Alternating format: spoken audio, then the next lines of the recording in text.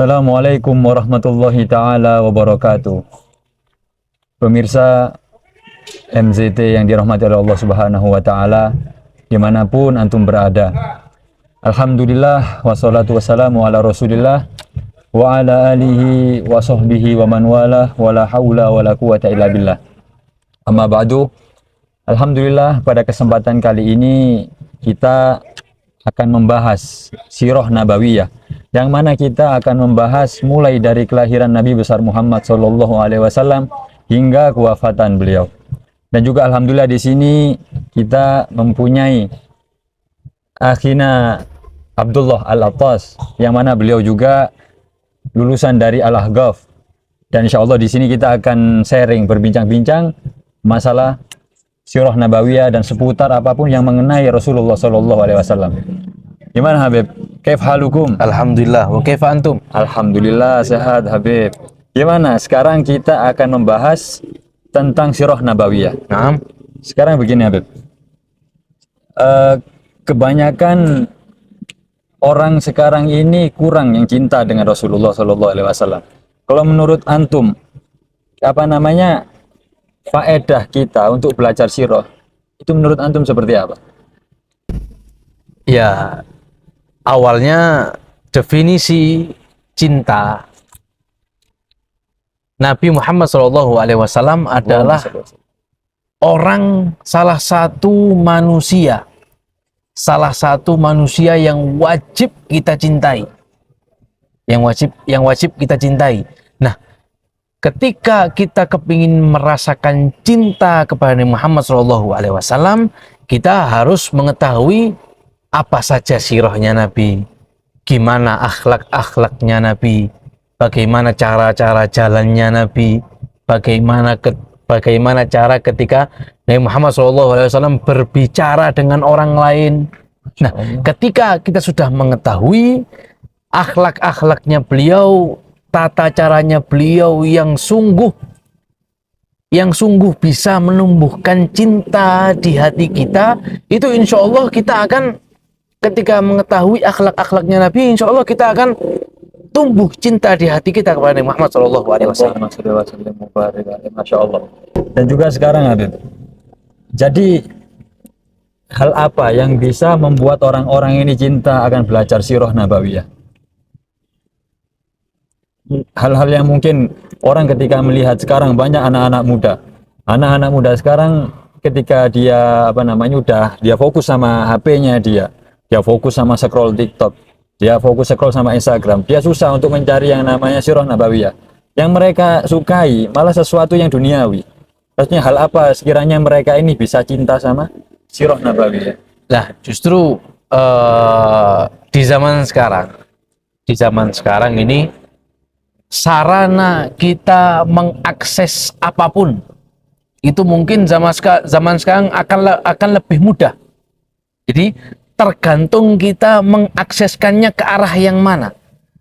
Sekarang kita kalau misalnya megang HP, kalau misal kepingin kita mencari sirah tentang Nabi, tinggal gampang, kita tinggal buka YouTube tentang ulama-ulama yang membahas tentang sirahnya Nabi.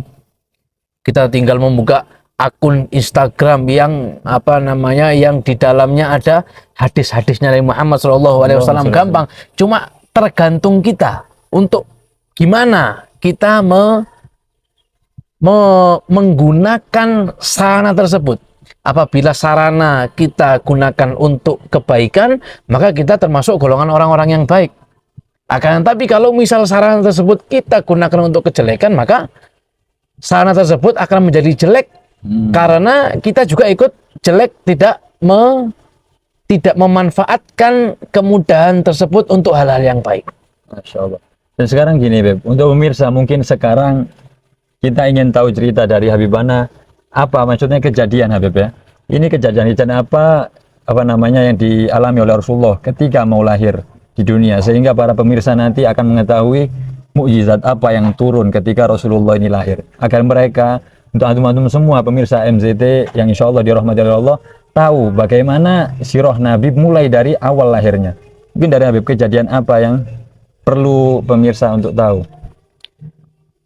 ketika Nabi Muhammad Shallallahu Alaihi Wasallam awal mula dilahirkan, yaitu tepatnya pada tanggal 12 Rabiul Awal, itu sangat banyak sekali yang menantikan atas kelahirannya Nabi Muhammad SAW, termasuk daripada kakek beliau sendiri, yaitu yang bernama Abdul Muthalib.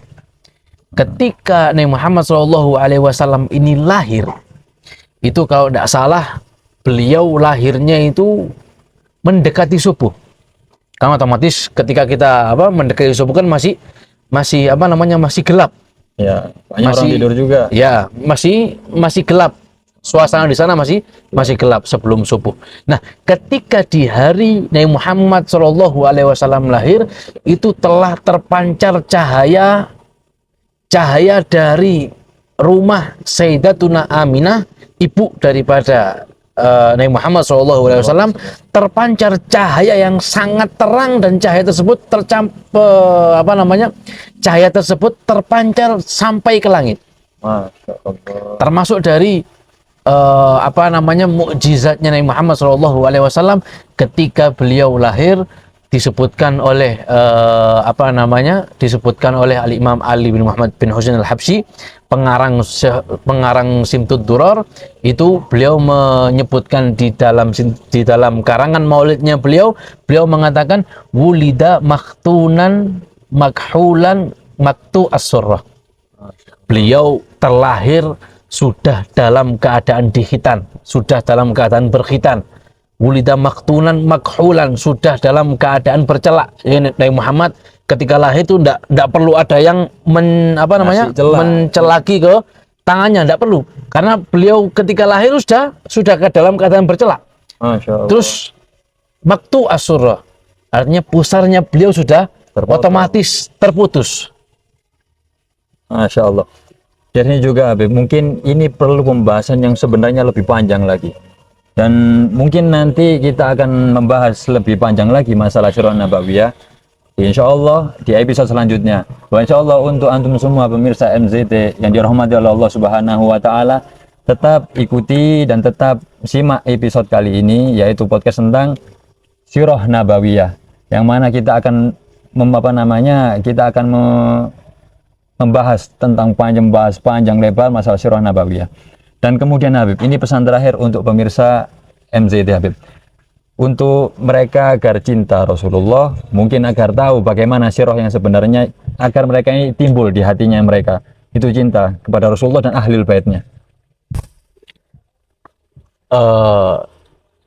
Saya teringat dari kisah sahabat Anas bin Malik radhiyallahu taala anhu, itu beliau pernah bilang bahwasannya dari beberapa banyak riwayat hadis yang telah beliau riwayatkan, dari ribuan hadis yang beliau riwayatkan, beliau hanya ada salah satu hadis yang paling beliau suka. Yaitu bunyi hadisnya almar'u ma'aman ahab. Seseorang itu akan dikumpulkan bersama orang-orang yang dia cintai. Jadi apabila kita kepingin nanti di alam akhirat, kita kepingin berkumpul dengan Nabi, maka langkah pertama kita harus cinta terlebih dahulu kepada Nabi Muhammad SAW. Dengan sarana apa? Gimana caranya ketika kita bisa cinta kepada Nabi Muhammad SAW?